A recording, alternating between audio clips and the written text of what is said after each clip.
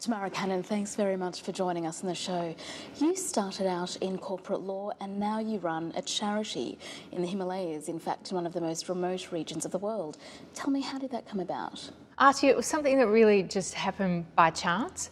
I took a break from being a corporate lawyer and was working on my own project in Hong Kong actually, and thought, you know what, I don't have a desk job anymore. I can go wherever I want, do what I want. So I closed my eyes, pointed to a map, and it landed on Mount Everest. So I made my way up to Everest Base Camp and really was blown away by the Himalayas. And I thought, you know, I'm hopeless at this, but I wouldn't, the altitude business, but I wouldn't mind climbing a peak. So I made my way to India, up into Ladakh, and started climbing mountains. And it was there really that I became quite curious as to why some kids were in school and others weren't. In this part of the world, it's largely geography and climate, which makes it very difficult for the government to deliver education to high altitude villages. So I ended up sponsoring one little girl and gave her the opportunity to go to school. You know, I bought her uniform, her books, and enrolled her myself. And I should have felt great about that, but there was something niggling. It didn't really sit well, and I just thought, you know what, if it's that easy to help change the course of one child's life forever, then, you know, I can't turn my back on other kids in need. So from that thought, you went about setting up Lilfro, the name of your charity. Tell me, what are some of the projects that you're involved in? Education is a priority need that we identified very early on. Because of the geography and remoteness, many kids never get the chance to go to school.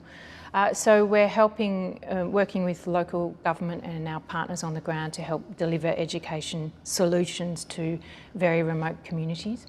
We run that through a child sponsorship program, which at the moment has over 100 kids. Also, we're helping to build a boarding house in a very remote region so that children from the mountain villages can then access the local government schools. And we've expanded out to skills training from mums and dads. So again, with our local partners, we are we've set up a program teaching parents the skills how to grow fresh vegetables at high altitude. And that's working really well, and for us it's been reinforcement that sometimes the simplest things can be the most effective. And where exactly are your operations centred?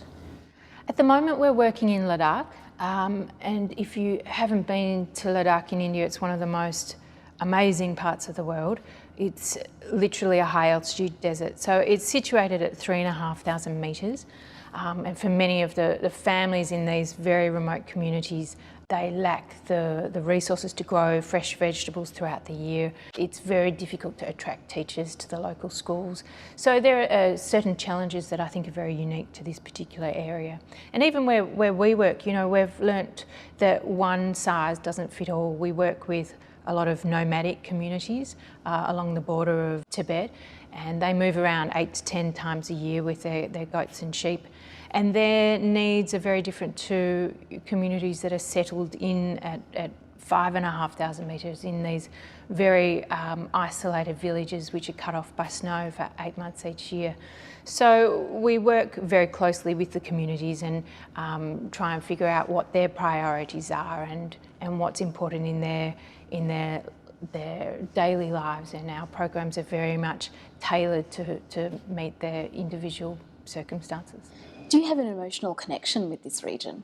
Absolutely. I have many connections with this region. The first is that I just ended up there by chance climbing mountains. So I have I have a soft spot for the Himalayas. It's extremely beautiful, it's breathtaking, it's mystical, but I guess my connection is more so with the people that we work with, and that's something that I'm very proud of. We're an extremely small charity, we're very hands-on, and we have a very close personal connection with the people and the kids that we work with, and that's something that I'm proud of, is that we have this very close bond. We follow the kids throughout their entire schooling, and that's something that we want to pass on also to our donors, to make sure that this personal connection is something that is very special, not only to them, because it is special and meaningful to us as well.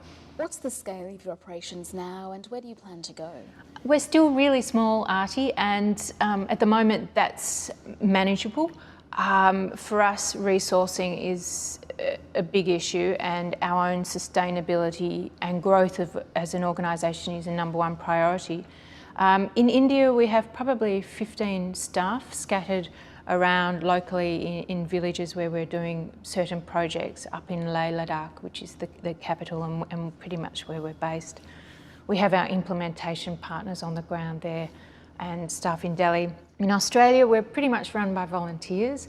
My mum has been part of the organisation for the last 6 years, and she's volunteered her time and services.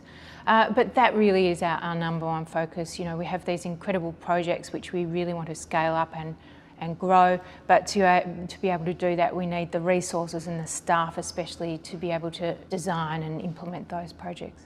I can see how your training and background in corporate law would have been a real asset in setting this operation up. But tell me, what have been some of the biggest challenges you faced? Personally, the greatest challenge for me, I don't like seeing people suffering.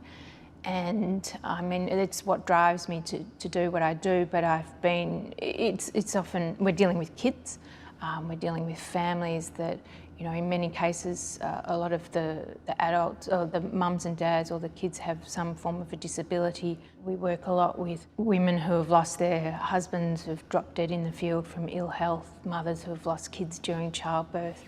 Recently we had one of our smallest kids who's an orphan. He was diagnosed with AIDS, and you know, while our focus as an organisation is on education, these real life scenarios that you can't prepare for or get thrown up, and you know, you've just got to deal with them the best that you can, and in his case we are his only family, so for us it's very personal.